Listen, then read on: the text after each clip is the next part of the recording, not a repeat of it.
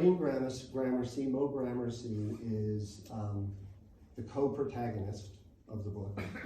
And so I wanted to start by introducing you to Mo with this passage that also sets the stage of what was happening in the late 1990s in Silicon Valley and the background for this story. Let's see.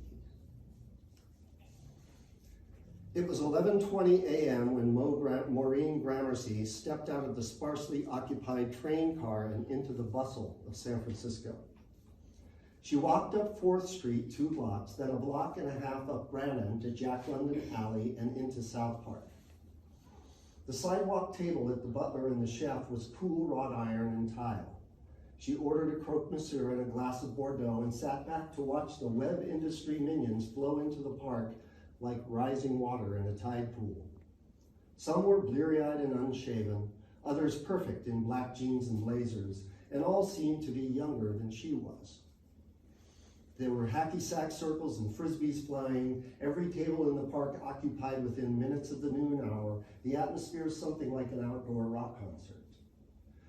Like Brendan, Mo had retreated after the accident. Her downtime was different though, dominated by guilt and fear and searing sensations.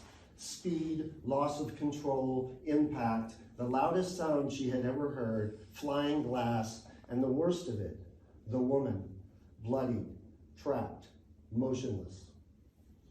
Mo was small and fair-skinned and liked to wear her brown hair short.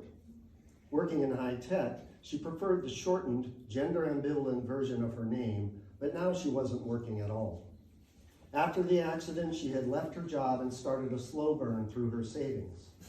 She lost weight, only saw her closest friends, of which there were few, and spent countless hours in her condo reading or watching rented comedies and Seinfeld reruns. Her sanctuaries were the overstuffed sofa and love seat and the window seat overlooking the small patch of yard with its red ceramic fountain. In both the New York Times and the local papers, she read about the explosion in internet and digital media, and now she was in the place in San Francisco they were calling Multimedia Gulch. She read that the center of it all was here in South Park, the oval stretch of scrappy grass around which techno-creatives, emerging for just an hour from darkened workspaces and glowing screens, would line up for lunch at a bistro or burrito shop, or brown bag it on a park bench. From her table, she watched them and wondered, did any of these people ever think about the future? Did they imagine this would go on forever? Did they imagine that 10 years from now, they would still be cramming South Park on their lunch hours and cranking out Digizine content by the gigabyte until 2 in the morning? No, she thought. None of them saw themselves anywhere in 10 years because that was too simplistic, too banal. The future they were imagining would have a kickoff, and it would be soon, within weeks, months maybe, certainly within a year.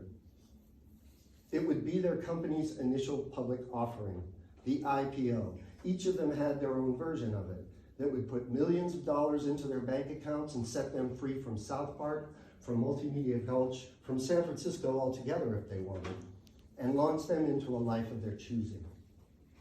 She marveled at how distant she was from that kind of thinking. For her, whether from preoccupation with the accident or a different set of values, or just plain naivete, all this South Park bustle was just something to see, something that could not sweep her up, could not disturb the warm feeling of the breeze, the salty balance of cured ham and Swiss cheese on her taste buds, the delicate richness of the wine in her throat. In place, time, and emotion, she had become a bystander, an intrigued onlooker, a single woman at a sidewalk table holding a wine glass with a calm expression that must have been mystifying to those around her.